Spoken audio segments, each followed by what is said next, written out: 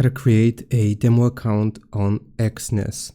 Google search for Exness and then you want to scroll down until you see the register button. So just click on register here, and I'm just going to sign in with Google. So you can use your email address and other information to sign in as well, or create an account rather.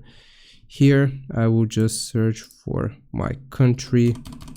If you can find it, you will select your country here, obviously, from this list. So let's just do that, Argentina. And you will need to set a password for Exness and declare that you are not a citizen or resident of the US. Afterwards, you will click on create. Okay, so right here now it is going to give you two options: choose trading account, demo account, or real account. I'm gonna do demo account because that is what we are doing for this tutorial. And now you will see that you have your demo account created, and you can customize it here by clicking on manage accounts. And also you can top up and change your balance, margin level, leverage, so on and so forth here by clicking on this button.